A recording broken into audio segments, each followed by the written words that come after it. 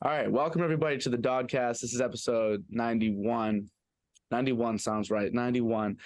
Today I have a former professor on, and quite possibly the most intelligent person I've ever come across in my life. Don't shake your head.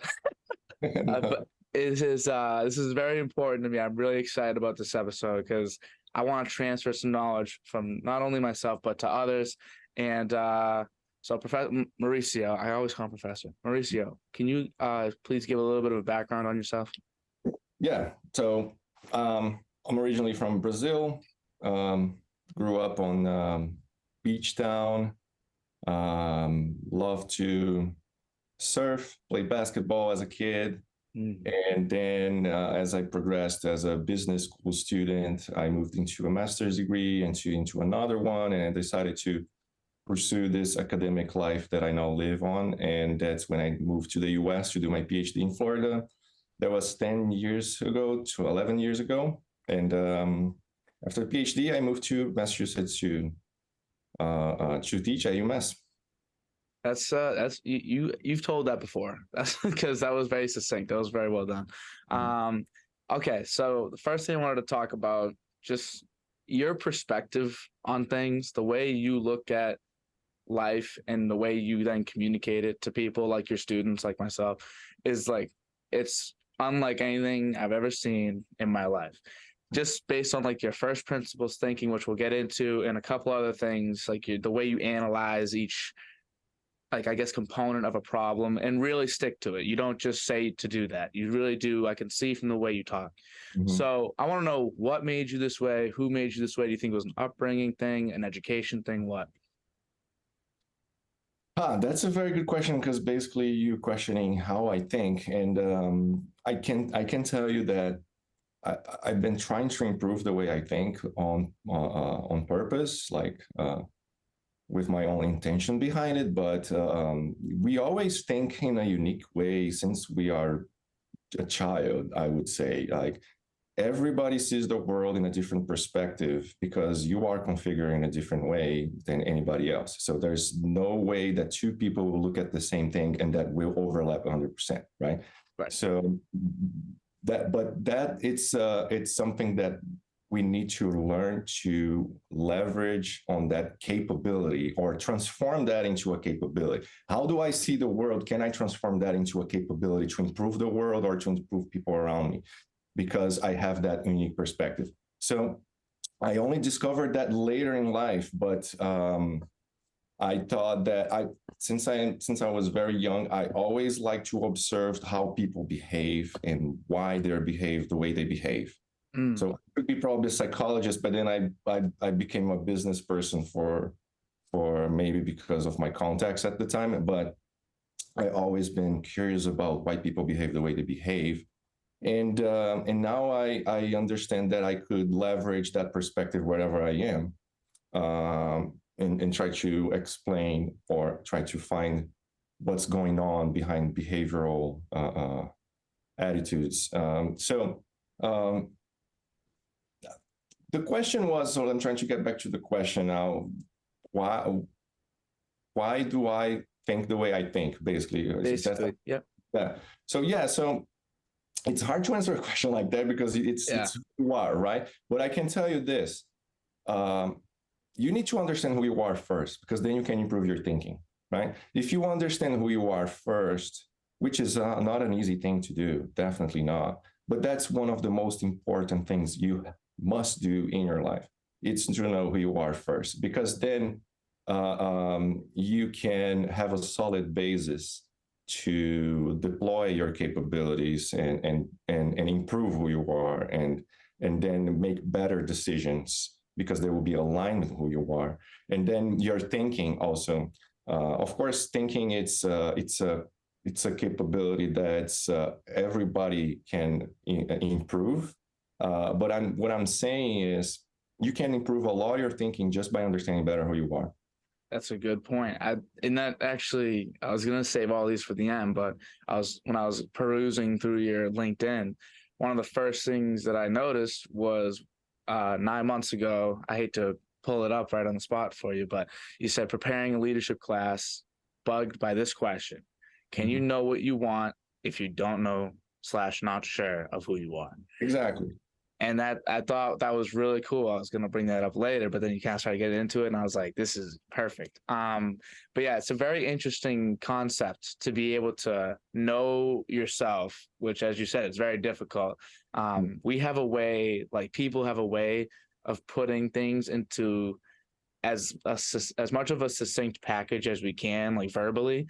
But often, and like 99% of the time, usually it involves much more than a sentence worth of work to do these things. So yeah, it is definitely harder than it sounds, but anybody can do it. I feel like I was kind of just born knowing somewhat who I am in a way. I don't feel too like I don't feel like there's this mystery of what I want to know about myself. But Yeah, it's I think there is this distinction between having confidence in things, which you may confound with thinking that you know who you are, that's a good point. and then really knowing who you are.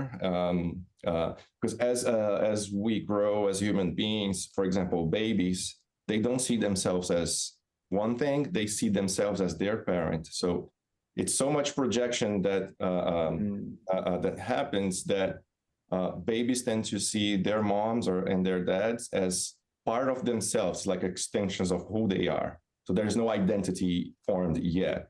And as you grow, especially, for example, when you're a teenager, the most important thing for you when you're a teenager is to fit in. So your identity, your value, it's corresponded to the extent to which you can fit in the group. Wow. And that's why we have problems with teenagers that kill themselves when their image and their reputation it's destroyed in the community. Unfortunately, that still happens. And it's a human thing that when you are a teenager, you are very concerned. And it makes sense because you are evolving, you don't know who you are. So the best thing you can do is to have a proxy to at least fit in the group and be accepted so you can survive, right? Yeah. So that makes total sense when you are teenagers. Your idea is to focus on fitting in, at least in one group. And of course, there are the rebels. That's when you rebel when you're a teenager and you kind of take a stand and say, I'm not going to fit in. But what happens when you take that stand and you become a rebel as a teenager is that you actually fit in into the other group of the rebels that don't fit in, and you actually into the same group. Sheep of the other herd is kind of it's okay. And only later in life that when you kind of really understand better, because our brains only finish developing when you're 25, so that makes sense as well. And that's when you really start thinking more about who you are as a person, as an individual. That's very fascinating. I think that's a very interesting concept. The idea of like you're kind of just part of something until you can be your own thing. Yeah. Because like how could you be your own thing like right away? That's impossible. You need to attach somewhere. That's really interesting. I've never thought of it that way, but that makes sense. That's why high school is so clicky, like everything's so clicky. Very cool. This is why I had you on. This is what I'm talking about. So I also wanted to talk about just I think this will take up the beef of the podcast for the most part. The word language. Language is what I've found to be everything, because in a lot of ways it embodies more than just the words written on a paper. It's also it is just defining the world around you. It is your one and only measurement stick. Yeah. It's a very amazing thing that I didn't really, I guess, conceptualize until just recently.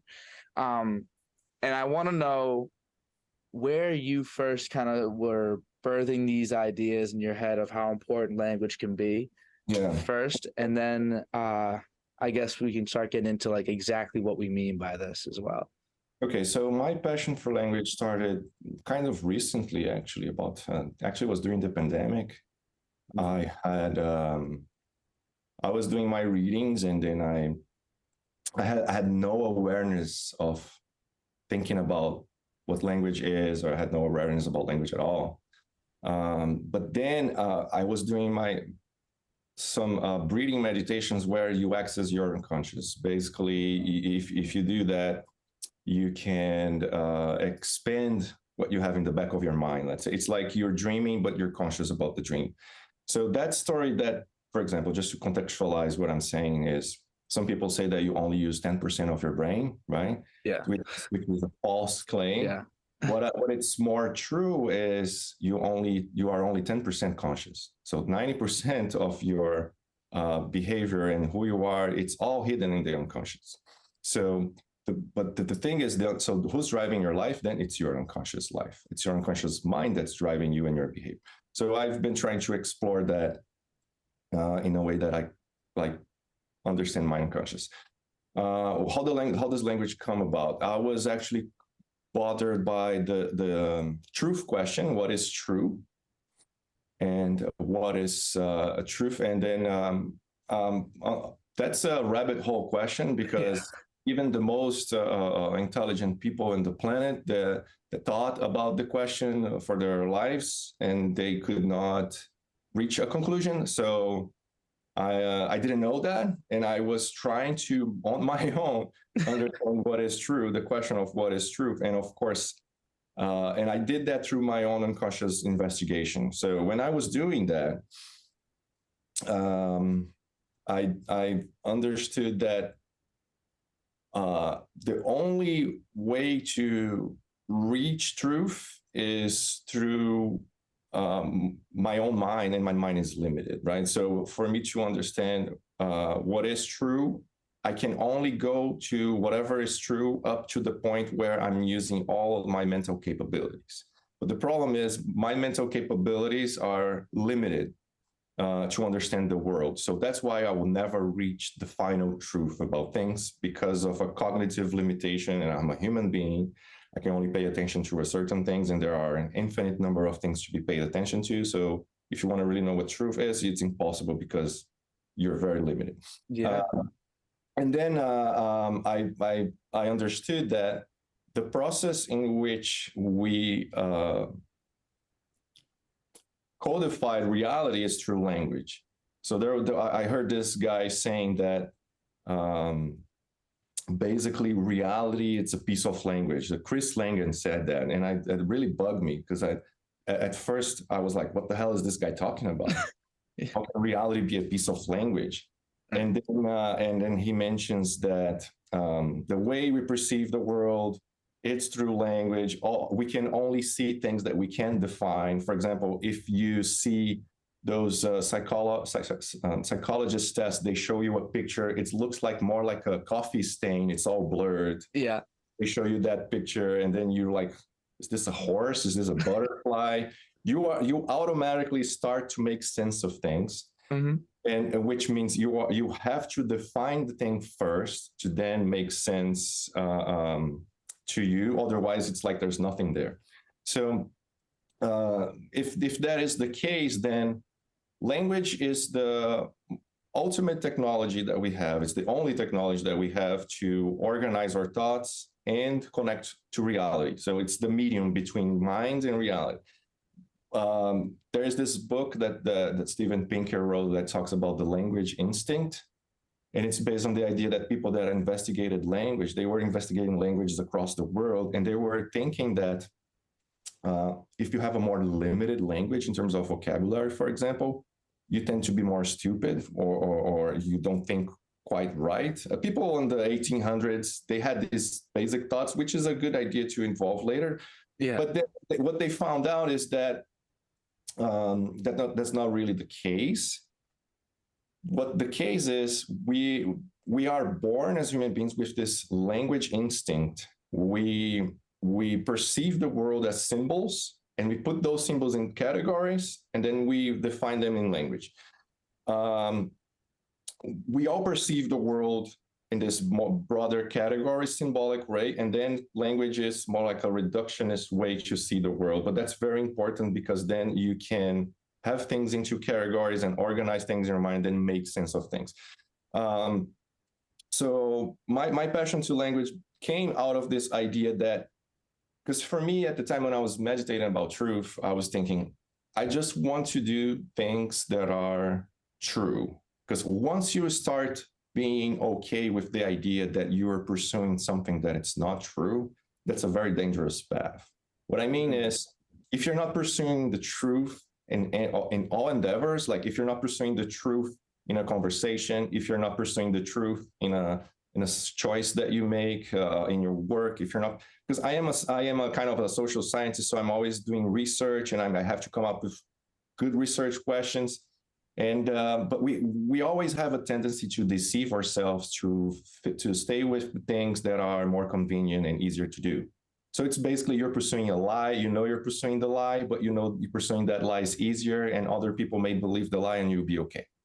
It's kind of like small talk in a way. Like a lot of times. Yeah, like yeah, small talk it could be, but I'm saying like you are willful blind and you are okay with willful blindness, or you are okay with pursuing lower value goals that are not necessarily the things that you should be pursuing, and that's not the truth then, because what's true, it's what's more the most valuable thing. And if you're not pursuing the most valuable thing, which is the truth, then you are deceiving yourself into an alternative path that's not just going to lead you nowhere. Probably leaves you less stressed too if you're like really pursuing like a truth. If you want to deceive yourself and think that and live in your own imaginary world where everything is perfect, right? If you want to hide yourself from the truth and create this imaginary world, that's why I was actually listening to a podcast recently, and the guy was saying, it's a psychologist, and he was saying that's why we have a lot of people addicted to video games or social media, because that's an imaginary world that's created outside of what is true, but it's just better. So, and then he was saying that some teenagers and even adults that are addicted to video games, they just live in a game, they just live in a world that's not true, but at least then give them this sense of flow. They have, right. It's a more easier and more exciting, and it's more convenient. It's all a lie, but it's satisfying, right? And it gives you a dopamine kick, but it's not true.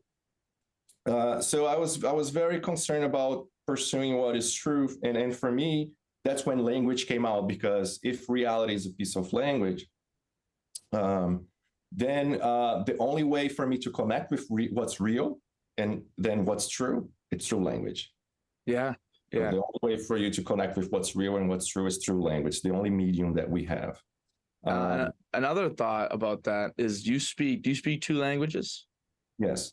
So I know this is a little more literal meaning of the word language, but also it doubles the amount of people that you can communicate with, if not more, or whatever it does. I don't know. But you can really communicate with more people and get across ideas to more people, which makes it more real, all your thoughts, because it can be real to others. What are your thoughts like on the fact that you know two languages? Does learning another one, did that kind of like maybe make it a little easier for that to conceptualize in your mind, because you've seen what it's like to not like be able to know the language, or to be around someone else that might not understand you in a way?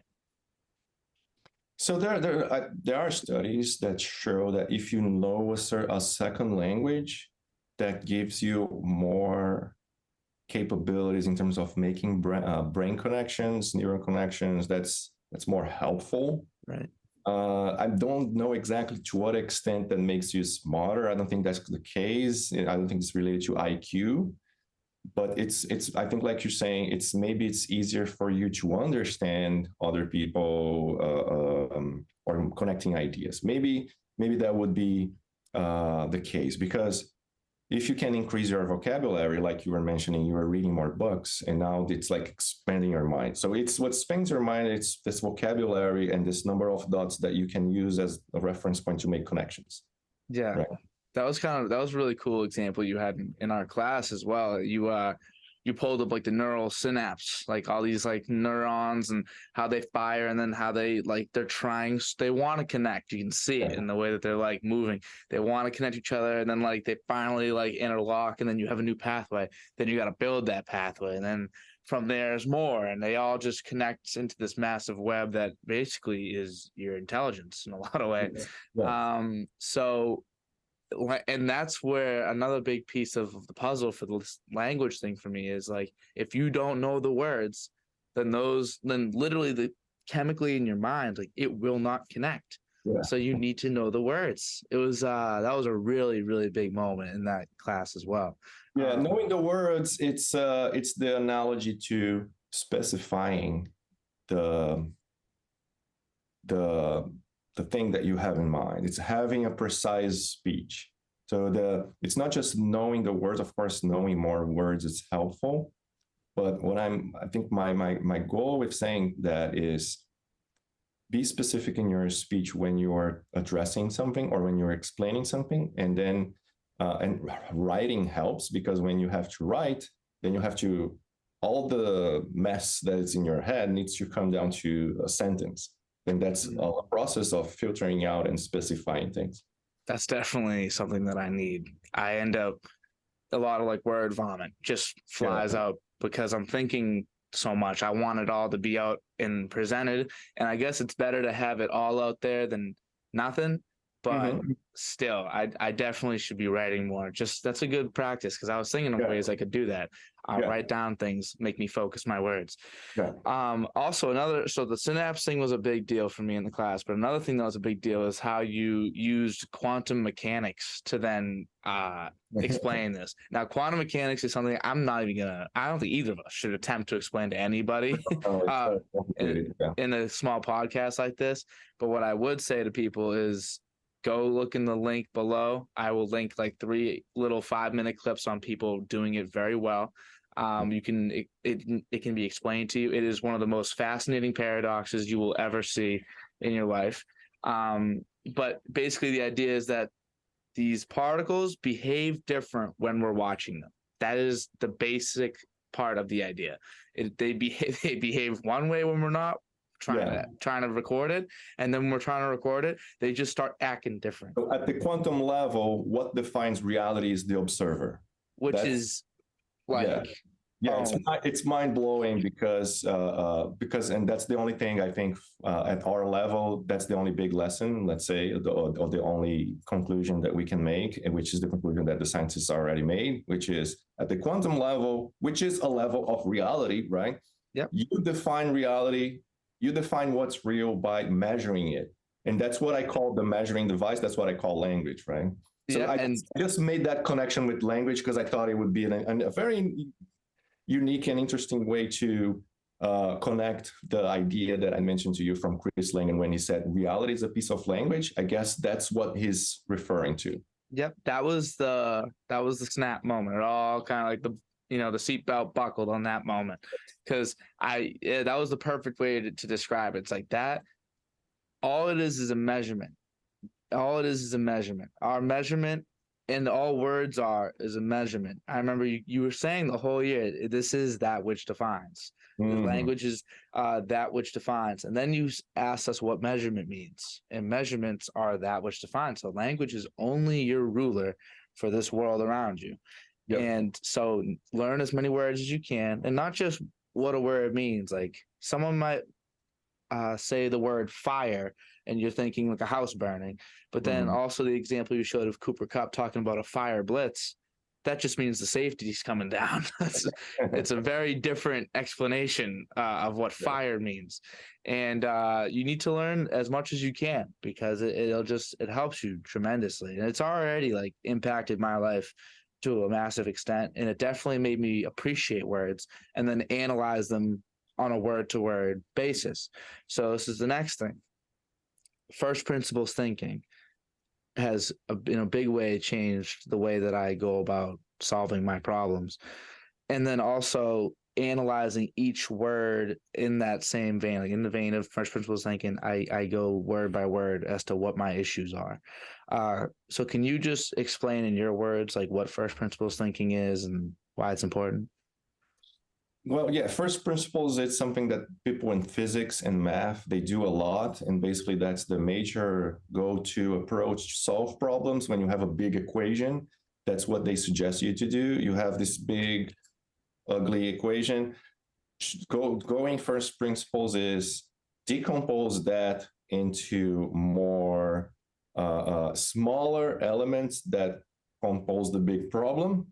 And once you understand with more details the decomposition of the bigger problem, you have these elements defined to you that will make it easier for you to solve the problem, because solving the big equation, it's basically a reorchestration, a reorganization of these smaller problems.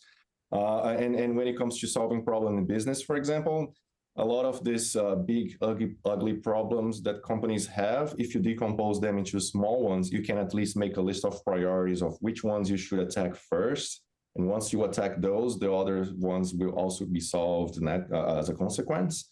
So that's the idea of first principles, is to go down, and it's also related to truth, because the idea of first principles is find the truth behind the big problem that you have a hard time defining it. So try to define the big problem through other means that are more specific and smaller, and find the real truth behind that.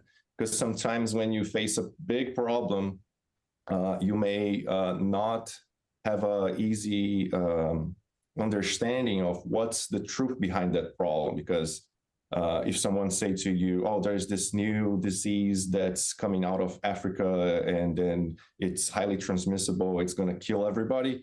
If you just believe what people are saying, you will freak out and you will lock yourself down like people we did in COVID, right? And so what's really, so if you break down the problem and go in the process of investigating everything that's there in more details and finding the truth, then it's much easier to manage. That reminds me of another thing I read from your LinkedIn, saying that nobody wants to start small, but that's a bad idea. Because starting small is really like, it's just those incremental steps that you can make at the beginning of anything. It's hard to just jump into something and be like the best, like if I expected my first podcast ever to be similar to the Joe Rogan experience, then I would have quit a long time ago. You can't do that to yourself, because that's not where they start. It's not where like these top tier things start, and it's not going to be where you start, at least very, very rarely. I don't think there's probably an example out there of someone that's just like this natural in a way, but it's very, very rare. So you got to put in the work as well.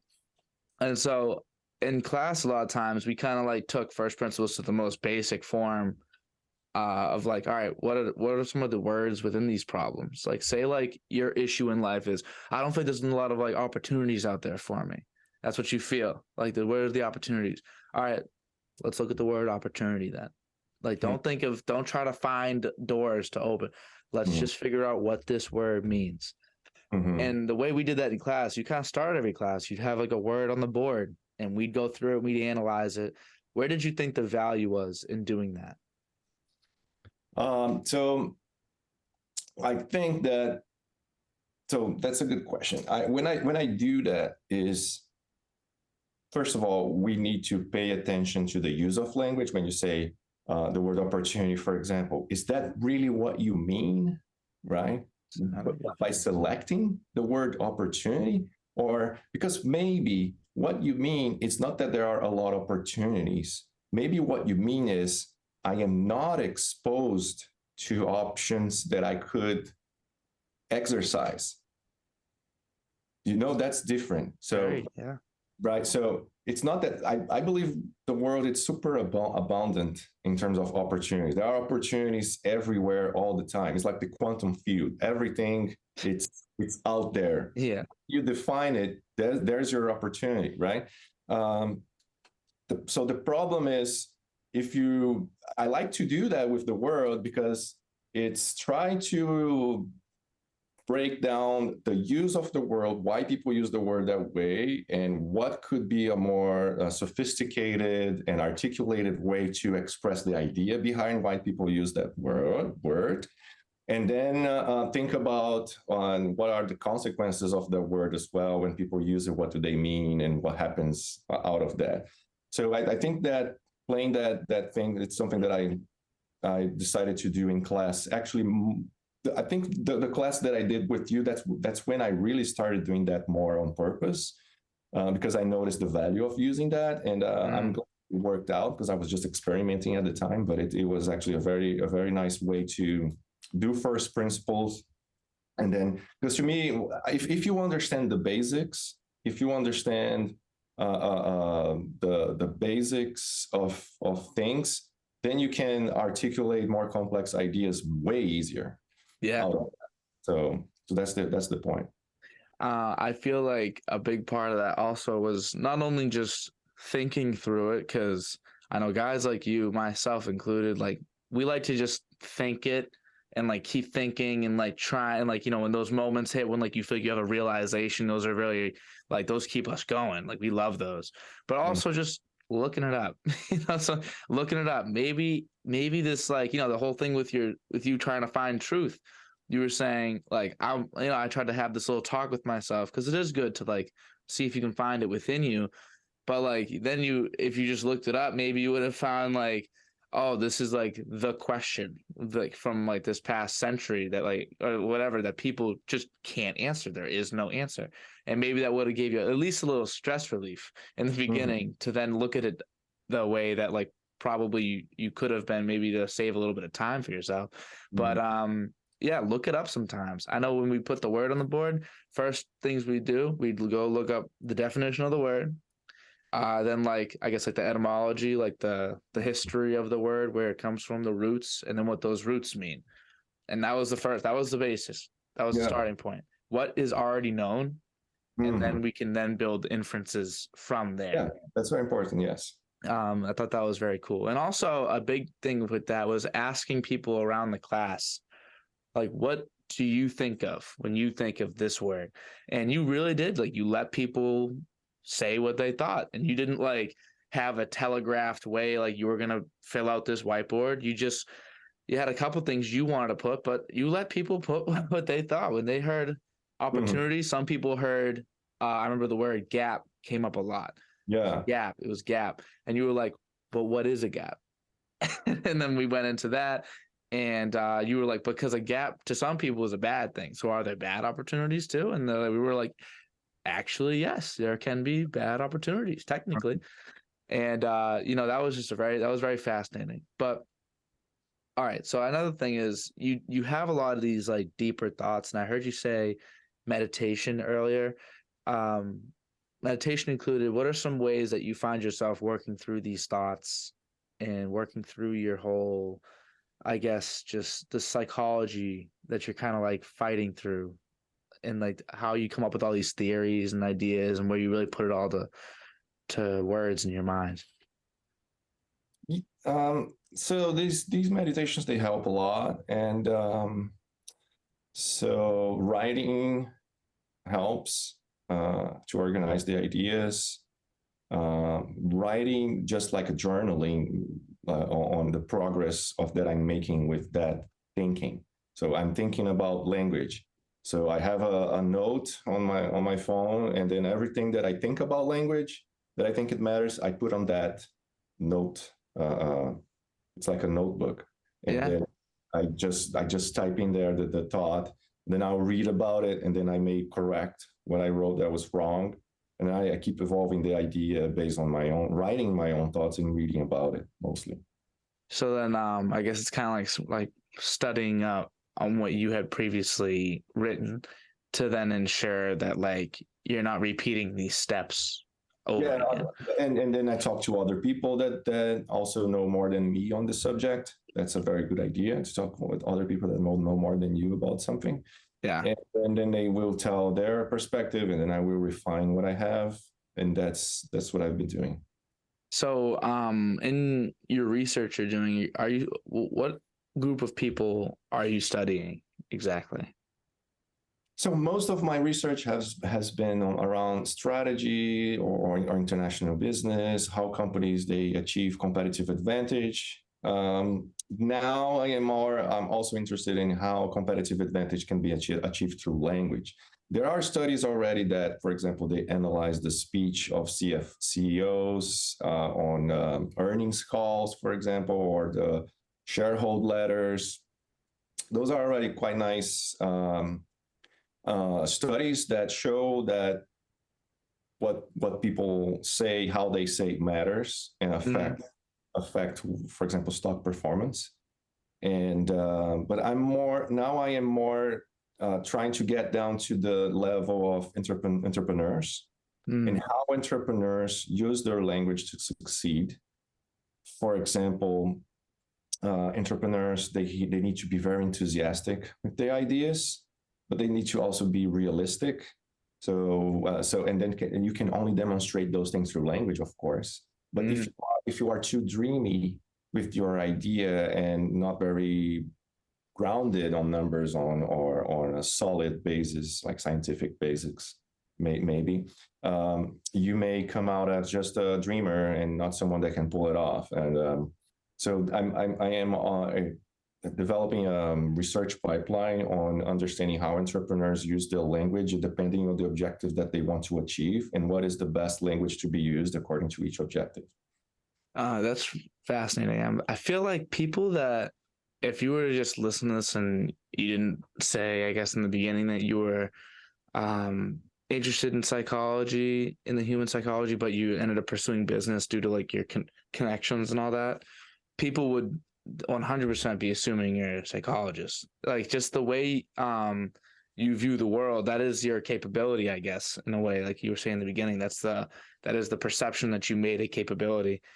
Is just your ability to see people and understand like what exactly is like, what are some of their, I guess, traits and things that make them who they are. Like entrepreneurs, like the way you're able to categorize that into like charismatic, I guess, enthusiastic, and they are based in reality. Like I think those are important distinctions that like people need to hear, because I know like I always have like all these crazy ideas. I'm like, oh, I want to do this, I want to do that, but then it's not so much based in reality, and like it's all in this like perfect peachy world that like. Yeah.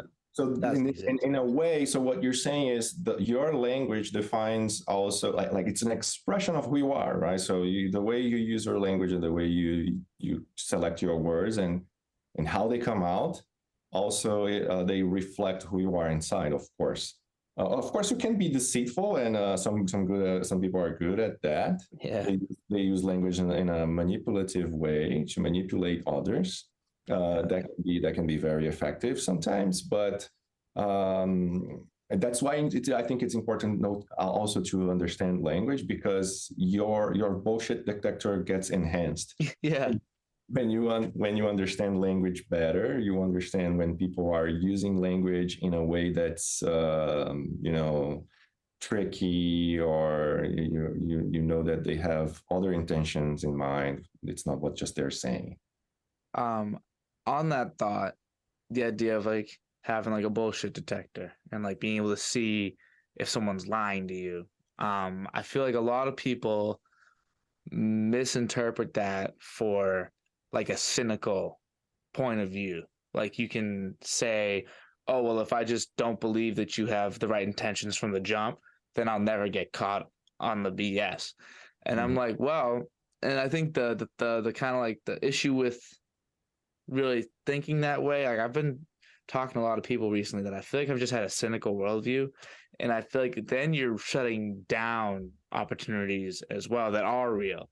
So it's kind of like this balancing act. Like I think I'd rather get caught up on some BS sometimes and be open than be closed.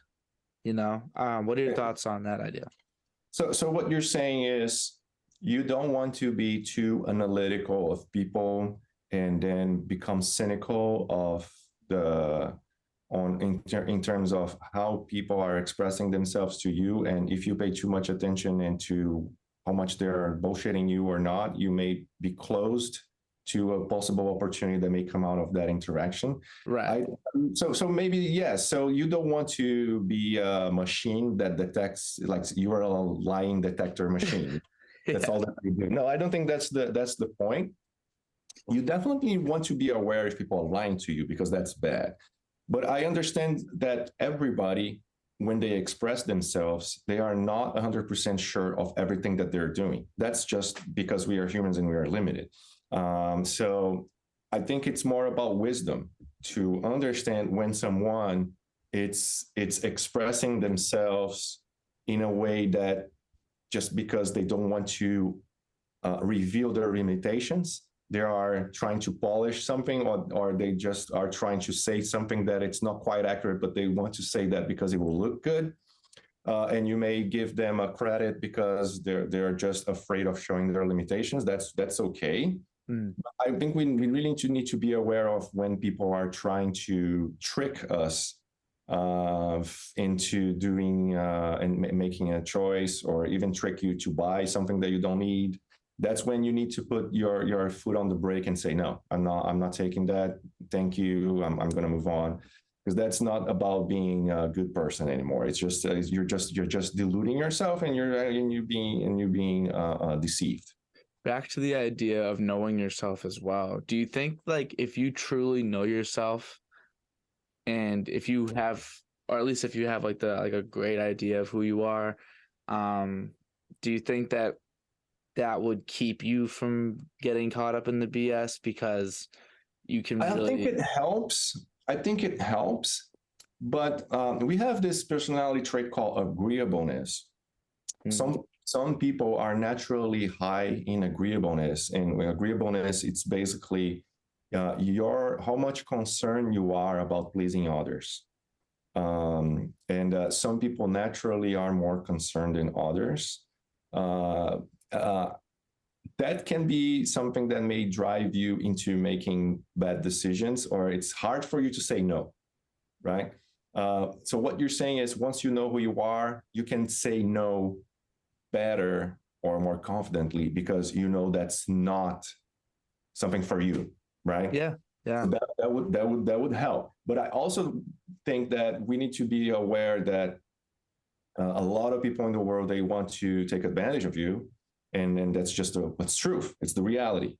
So don't delude yourself thinking that maybe they have a good intention, or don't delude yourself thinking that maybe they're really trying to do something good, and I may benefit from it. Because, like, if you're looking for opportunities everywhere, you may find an opportunity that in your head it is, but it's not. So I am actually very low on agreeableness. So it's very easy to say no. Get out of my face. I don't want that. Yeah. So. But actually, I changed a lot, because when I was younger, I would say I was very agreeable. And then it hurt me. People tricked me. When I was a kid, people would play games with me and have fun out of me. And then I kind of like, I'm not allowing this to happen again. That lowered my agreeableness, maybe to a very low degree, and maybe to be more on average. Yeah. But overcompensated. Yeah. Yeah. Exactly. It's not, it feels like you're like a video game character, and like you're just adjusting your stats like in different ways. You're like, I'm too agreeable. Let me take that. Let me take a couple points away from that. Let me put it into my language and and stuff like that. That's what it feels like. A lot of what you're saying, maybe it's because I just read it. I had a friend recommend to me The Four Agreements. Do you know about that book? It's basically, it's a little bit, I guess God plays a big portion in it, but I'm not a very religious person. So like I kind of had to I basically was just substituting the word God for life instead. Yeah. God, it's a word that's it's very loaded, and yeah. So I didn't want to shut it down just because you don't have to shut it down. I wouldn't do that. Yeah. And I think it's very basic in a lot of the things that are in it. That's what I was told when I went into it. That's what I agree with coming out. But it is like it's a very like start book about like these 4 different agreements you need to make with yourself, basically, on like the world around you. And I guess what they were don't ever assume. That was one of them. Like, don't ever assume. What you should be doing is asking questions, really. Yeah. And if you assume that someone has your best interest in mind, you're probably wrong. And if you assume someone has your worst interest in mind, that's also probably wrong. Yeah. So just basically, it's like a steer your own ship. And a couple of the other ones were interesting as well, but it's like one of them is be impeccable with your word. Just be honest with your word. It's a lot of stuff I think you'd be really interested in. It's a quick read cool. too.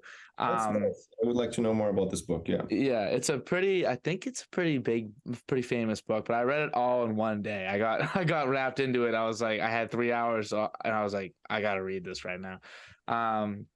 Wasn't my favorite book in the world, but it's just like, it's cool to hear concepts put to words. Very common sense as well, right? It's all common sense. It's all common sense, but you need to reinforce that common sense, I think, exactly. or else you get lost in the minutia and all the other crap. But yeah, also along that line, I just finished that book, and now I need new books, man. I need new things to read. I need new podcasts. What are some like podcast books, research even that you've studied? What are some things that you've read and you were like, wow, this is very valuable? I'm gonna write them down. I think last semester I put on our Blackboard the list of podcasts that I go to.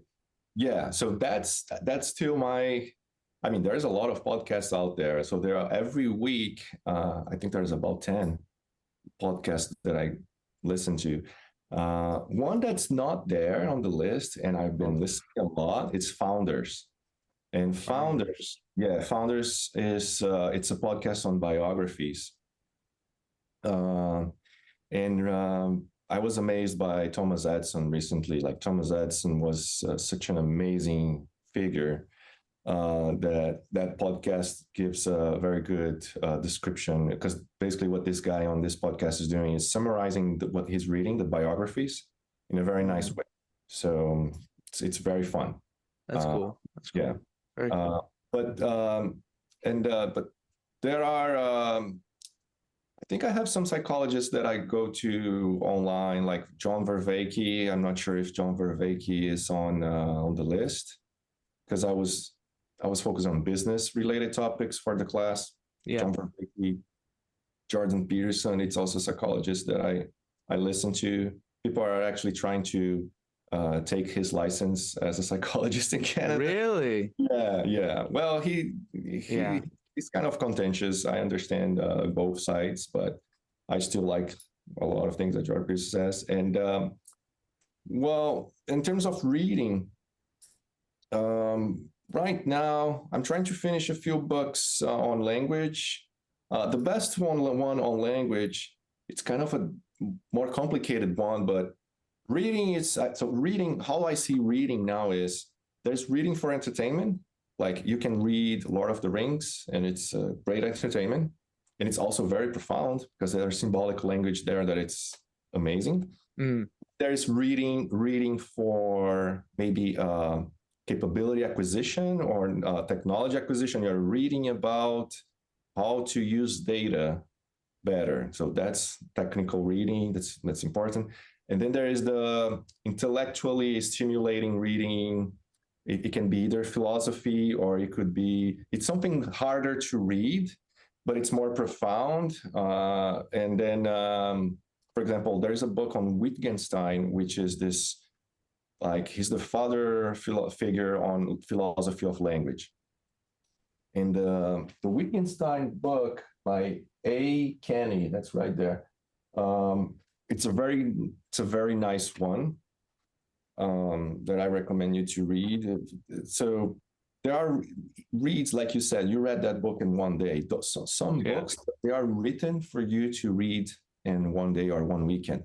Other books, they are meant for you to read one page per day. And I think it's important also to read. I think it's important also to read those kind of books that you read a page and then it's like, what? And then you have to go back. Yeah.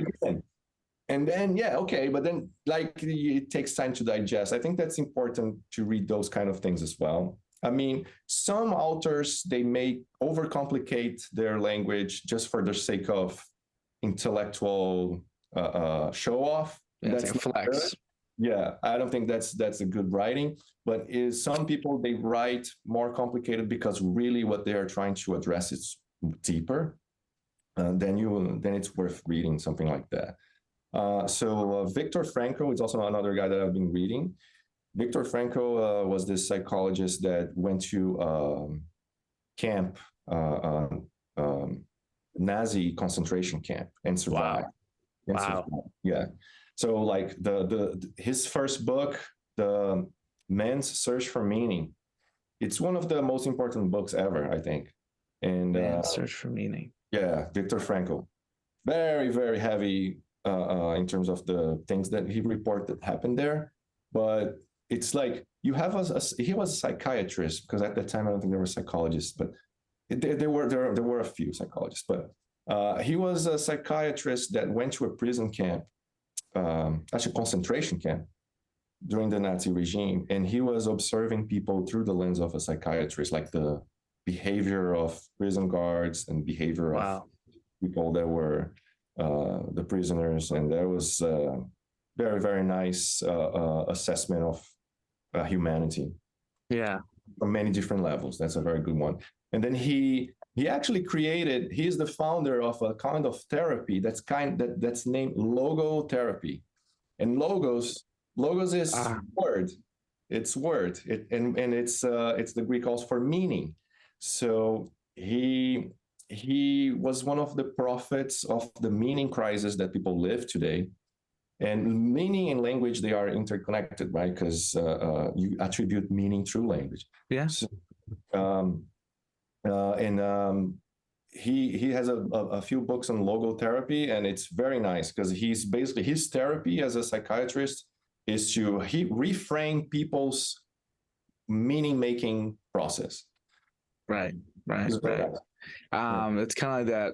I remember when we learned about, like, in high school, logos, ethos, and pathos, like the three kind of like, I guess logos being, I guess, meaning. And then I think it was like ethos. Is that like your emotional, or is that your pathos? I forget. There's like the three. I have to look back into them because they were so cool. And the example that they used them through was like public speakers and your ability to get across like the many different things. In the different ways. Like Martin Luther King was always our example that we used, like, because like who spoke better and more strongly, and then Martin Luther King. I feel like these things are, I'm definitely going to give these a read first and foremost. I'm definitely going to give these a read. But I liked what you said about the idea that some are made to read in a day because you're supposed to get hooked and then rifle through it.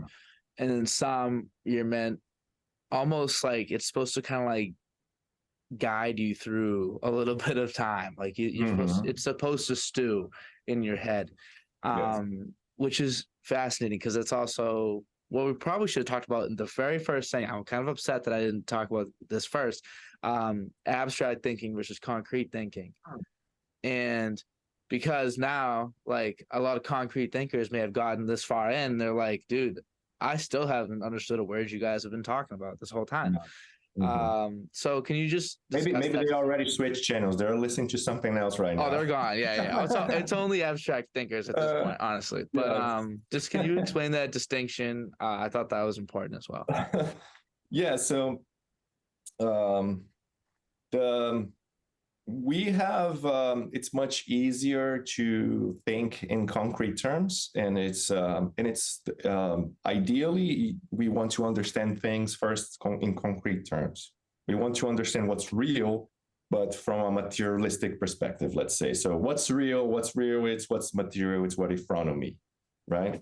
And then for you to abstract out, what I say always is, what differentiates us from other animals, it's exactly the capacity to abstract.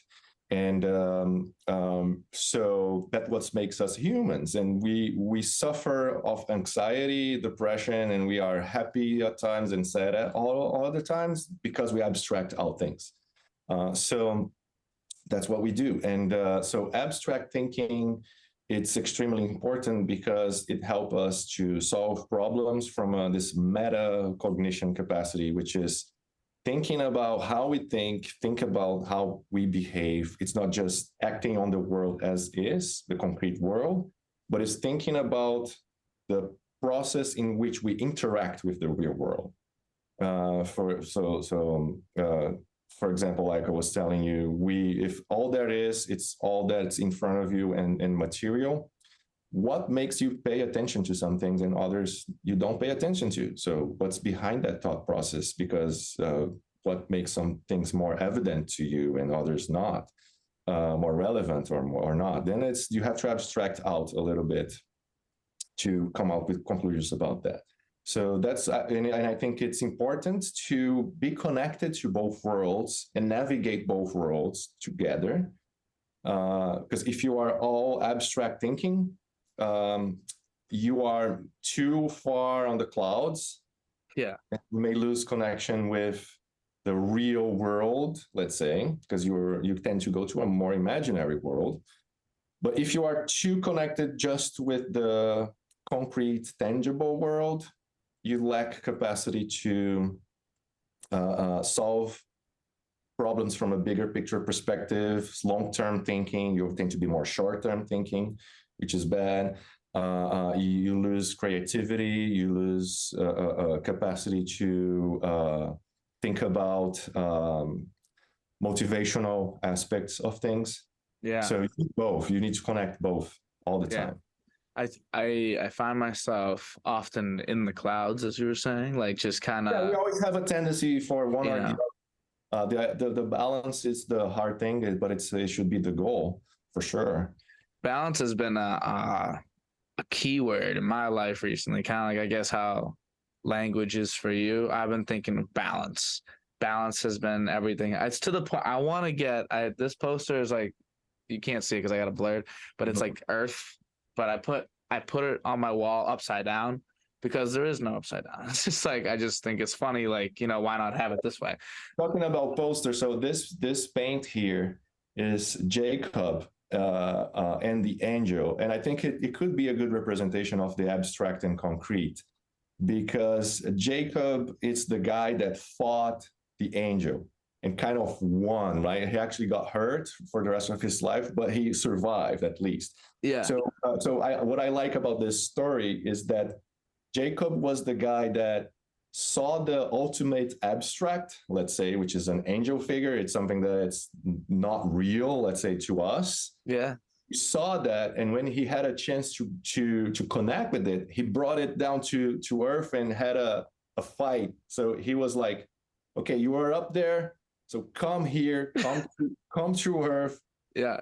And let's struggle. So what's going on? So I think that's the struggle of life. So it's have your feet on the ground, but strive always up to something that's higher than you, and try to connect.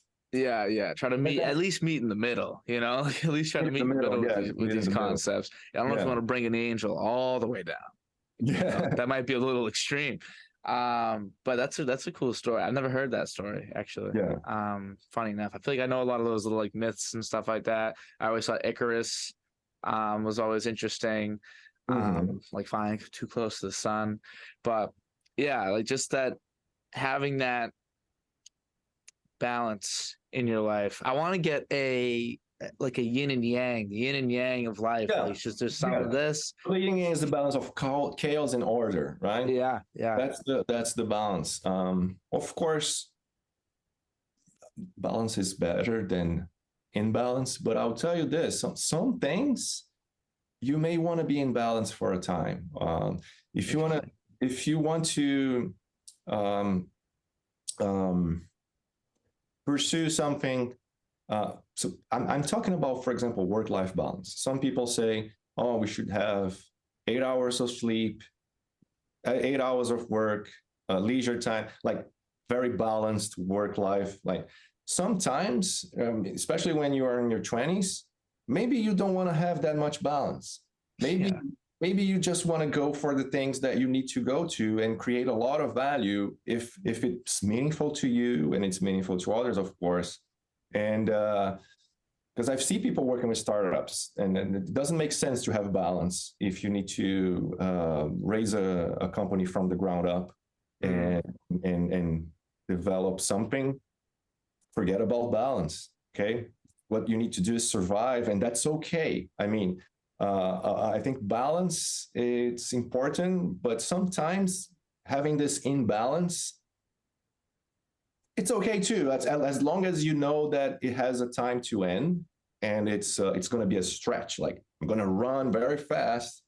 I'm going to do this stretch now. I know that will be imbalanced, but everything else will be balanced, but my work life will be in balance. So Yeah. you know what I mean? It takes wisdom, of course, to know when to imbalance things. But if you look at high performers, like people that did achieve great things, they were never balanced, man. Never. There was no balance at all. Like the guys were all in. Yeah, And sometimes it's important to go all in into something that you really believe. You should go all in. 100%. I think of that a lot too, and I think that just comes with, like when I say like I've been kind of like obsessing over this balance, I guess even so, I'm not even close to balanced. So it's kind of like one of those things like I'll never achieve balance in a way perfectly. And in those moments is where like, as you were saying, like the great highest performers, and if you look at the lowest performers as well, a lot of them have an imbalance, or there's like something that they do that like almost doesn't make sense. Like things that don't really, it's like, why would you do that type of actions are what create, I think of music is what comes to my mind. I think of basketball. I think of like Jordan, Kobe. It's like almost like an obsessively insane thought process to then make you be the greatest to ever play, or then to make you make this song, like you make like Bohemian Rhapsody. How does that come to your mind? It's not a balanced song. There's nothing about that song that's like, oh, you could write that in a day. Like there's no way. That's like 3 songs mashed, and why would it ever be good on radio? Why would anyone ever listen to that? That's 7 minutes or something, right? 7 minutes long. Why would anyone listen to this? Valid arguments, all valid. But if you want to be in that 1% of 1% of 1%, that level of imbalance is what you need in a way. So I've been contemplating that too, for sure, because like those are all my favorite artists are like the ones. So I guess the wisdom is, that you need balance in most things, but some things it's okay to be imbalanced because that's your strength. You are capable of managing the imbalance, let's say.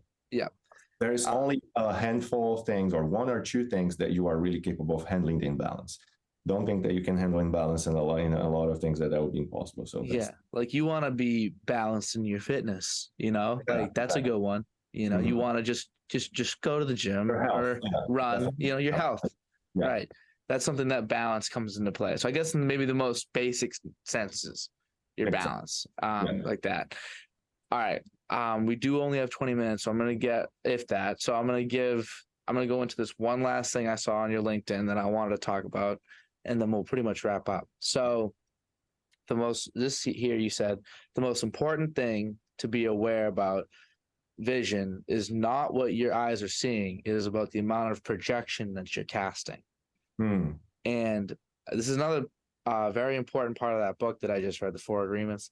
It was like talking about that you're not so much receiving information as you are putting it out there. Yes. So can you just like talk about that in a more intelligent way than I just did?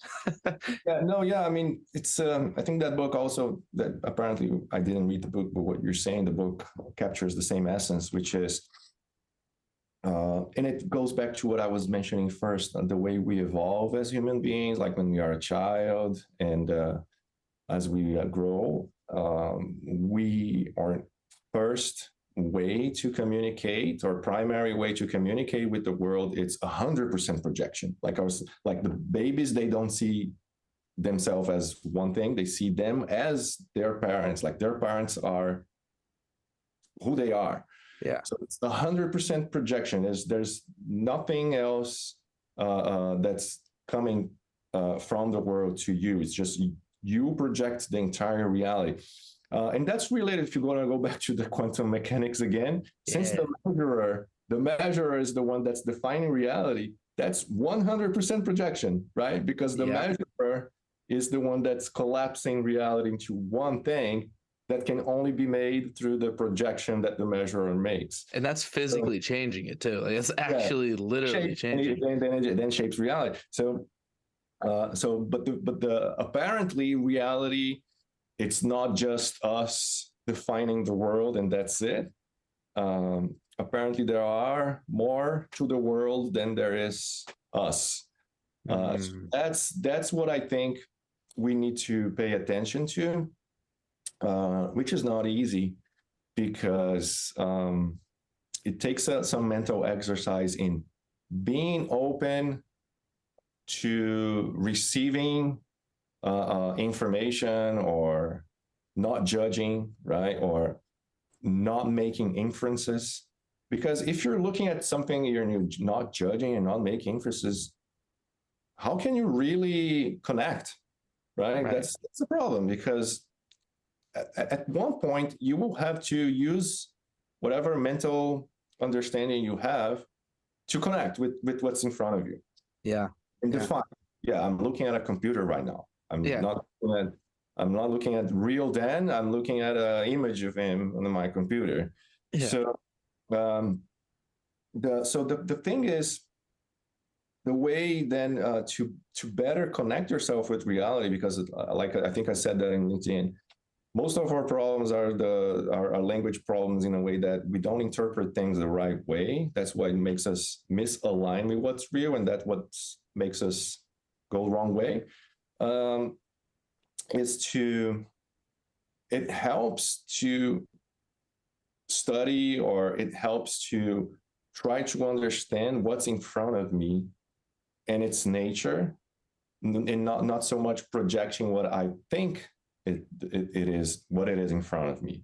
Okay, so you more want to be more exploratory and investigative. Like, I don't know. Assume that you don't know first. That kind of mentality, right? Assume that you are ignorant.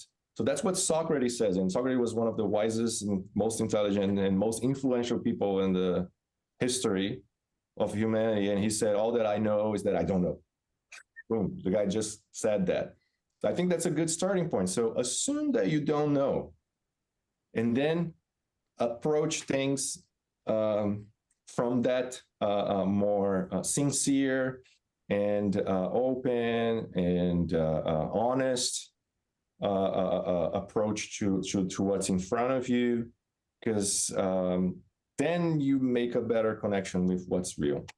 I definitely also see this quote through the eyes of like emotionally as well. Like if you're in a good mood, like the sun's a little brighter, the trees are a little more green, people are taller, like things are happier when you're happy. It's kind of like that whole idea of like, if you have someone explain, hey, if you say to somebody, hey, can you explain that car crash that you just saw when the cars smashed together? If you say it like that, they'll start describing this crazy car crash. If you say to them, can you explain that little collision? Then they'll just describe a little collision. So a lot of like what you're projecting out there in terms of your emotions as well. Like if you're very passive, you can put yourself in a calm place, you'll approach life with a calmness, Yes. And that's another way that I've been looking at it too. So it's kind of like being open and willing to learn about what it is that you're looking at, and also just for yourself, going into like your conversations, meeting people, doing things with a real appreciation, with some love. Like you want to go in like open and like happy, in a good mood, and then it'll cycle, like works like that. Because if you're not in a good mood, it'll all roll like against you. So you'd rather it kind of work for you in a way. Yeah, that's basically another way to define it. It's you're projecting. So that's why some people believe in karma, right? So the idea of karma is like you put it out there and then it comes back at you. So it's like basically it's also the same idea of projection as well. Yeah. Speaking of karma, actually, I definitely when I was younger, I used to do a little tiny bit of shoplifting, just a little couple pieces of gum. I believe every kid have done some crazy stupid thing like that. Couple chocolates here and there, whatever. Maybe a popcorn from the movie theater if they were out the grab and goes. So, but I stopped because I started, like, if something bad happened to me, I would then, not that it was because of that, I would associate like, oh, well, I deserve it. I don't want to do anything that makes me feel like I deserve it. I want to feel like, and then if something bad happens, it just happens because life is life. I want that to be the reason, not because oh, I deserve this. Like that can't be what's happening. So I stopped for that reason, actually. Karma in a way. That kind of thinking, it's never helpful. Like I deserve this or I deserve that, and then if something good happens, it's because I'm a good person. Yeah, no. No, that's not a very good way to approach life. It's sketchy. It's a sketchy way to think of it. So just try to be Who are happy with you? yourself. First of all, who are you to determine what's a good reward or what is a good thing that compensates what you done? We don't know anything. That's Like another very good point. we cannot be the judges of all of that kind of stuff. Yeah. We have the capability to do Especially that. if it's a real natural reward, not so much like a salary. Like a salary is like you do this work, you get this pay. Like you can look at examples, you can do that. But if it's like if I hook somebody up with like a ride somewhere, that it's not like that's gonna pay off. It's not like they're gonna pay me off in like some sense that like we think is that we understand. Like they will maybe they'll just see you in a better light, and that's the payment. But whatever it is up to them, really. And it's up to like whatever the world like conjures up for you. It's not whatever you think you deserve. It's like when they're like, "Whoa, but I did this for you." Nope, that's not what it's about. If you were looking for a reward, then you shouldn't have done it in the first place. Yes, exactly. But yeah, it is 11:17. We've been going for a little more than an hour. I've had a wonderful time. I do want to ask, how was your experience on the DOD-Cast? Have you ever been on a podcast? That's nice. My first experience with the DOD-Cast. Yeah. The idea, I think, that we explored with the conversations about language is always something that motivates me a lot to talk about. It reflects the things that I try to exercise, not only think about, right? Not only be on the abstract world, but also on the concrete. Right. Yeah. So it's great to see that the crazy ideas that I have sometimes and I show in class, they are reverberating in someone like you. And it's fascinating to see that some other people are like you are benefiting from this articulation of knowledge in a way that it's kind of some people may think like nonsense, like you said, but other people it may just click and it just makes sense, and then it's very valuable. Yeah, so I'm happy to see that. Yeah. Thank you. It definitely has been valuable for me. I'm sure, 99% of people that watch is going to be like, "What's going on?" But for that one person that starts reading for this reason. That's a win. That's a win. Yeah, all we're trying to do, one person at a time. But yeah, so this has been great. Thank you again very much. I'm gonna we can wrap it up here. Thank you everybody for watching. If you've made it this far, let me just give you a round of applause. I hope maybe you're in the gym. That's where I listen to my podcast. But thank you for watching. Make sure again you subscribe, you follow, you do whatever you can to help me out, or just watch the next episode, whatever it may be. But yeah, when you finish your paper, when you finish your research, will you be posting on LinkedIn? I'd assume you would be, right? All right, I'm gonna need to see that, and then give it to everybody and be like, you need to read this academic paper, and they're all gonna be like, no, but I need to at least see it. So I'll keep stalking your LinkedIn. But yeah, thank you very, very much for doing this. I appreciate your time. All right. Bye bye, everybody. Thank you. Take care.